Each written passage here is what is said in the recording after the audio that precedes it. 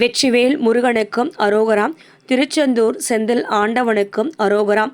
மகா கந்தசஷ்டி விரதத்தின் 6ஆம் நாளான இன்று சூரசம்ஹாரம்.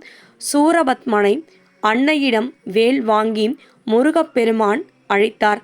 அவனுடைய ஆணவம், அகம்பாவம், கண்மம், மாயை அனைத்தும் அழிந்தது. சூரபத்மன் முருகப்பெருமானிடம் பரிபூர்ண சரணாகதி அடைந்தான். அதனால் அவனை சேவலாகவும் மயிலாகவும் ஆக்கிக் கொண்டார் முருகப்பெருமான்.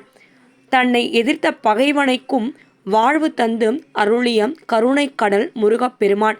அதனால முருகப்பெருமானிடம் நாம் வேண்டிக் கொள்ளும் பொழுதும் இந்த மகா கந்தசஷ்டி விரதத்தில் நினைத்தது நடக்கும், வேண்டியது கிடைக்கும்.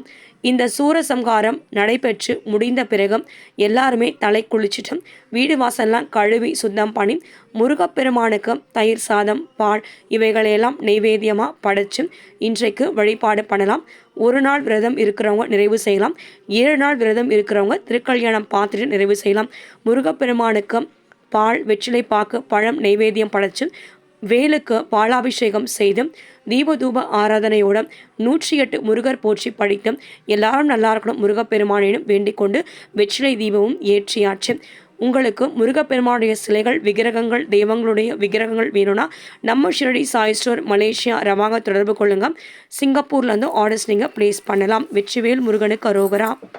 கந்தசஷ்டி விரதத்தின் 6ஆம் நாள் 6 விளக்குகள் வெற்றிலை தீபம் ஏற்றியாச்சு. அரோகரா.